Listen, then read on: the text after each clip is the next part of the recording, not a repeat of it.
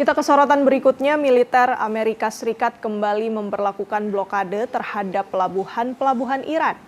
Amerika juga melancarkan gelombang serangan baru ke wilayah Iran.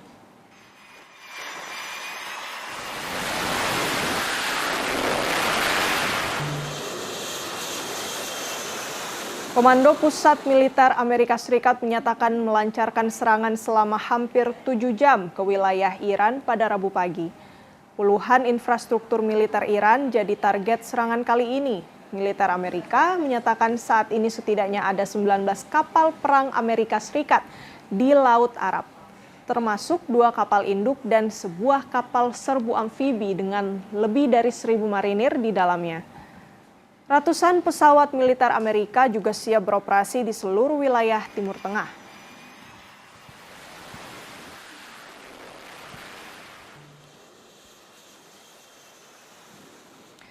Tak hanya serangan Amerika yang ditargetkan ke Iran, Iran juga meluncurkan rudal dan drone ke pangkalan militer AS ke sejumlah wilayah Teluk yang bersekutu dengan AS.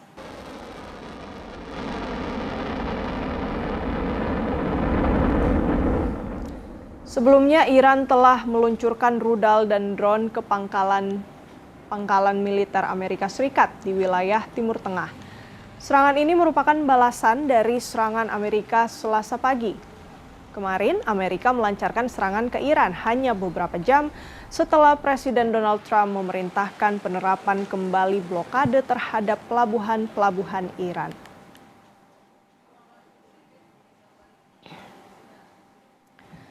Televisi pemerintah Iran menayangkan gambar puing-puing drone yang mereka klaim ditembak jatuh oleh sistem pertahanan udara Iran.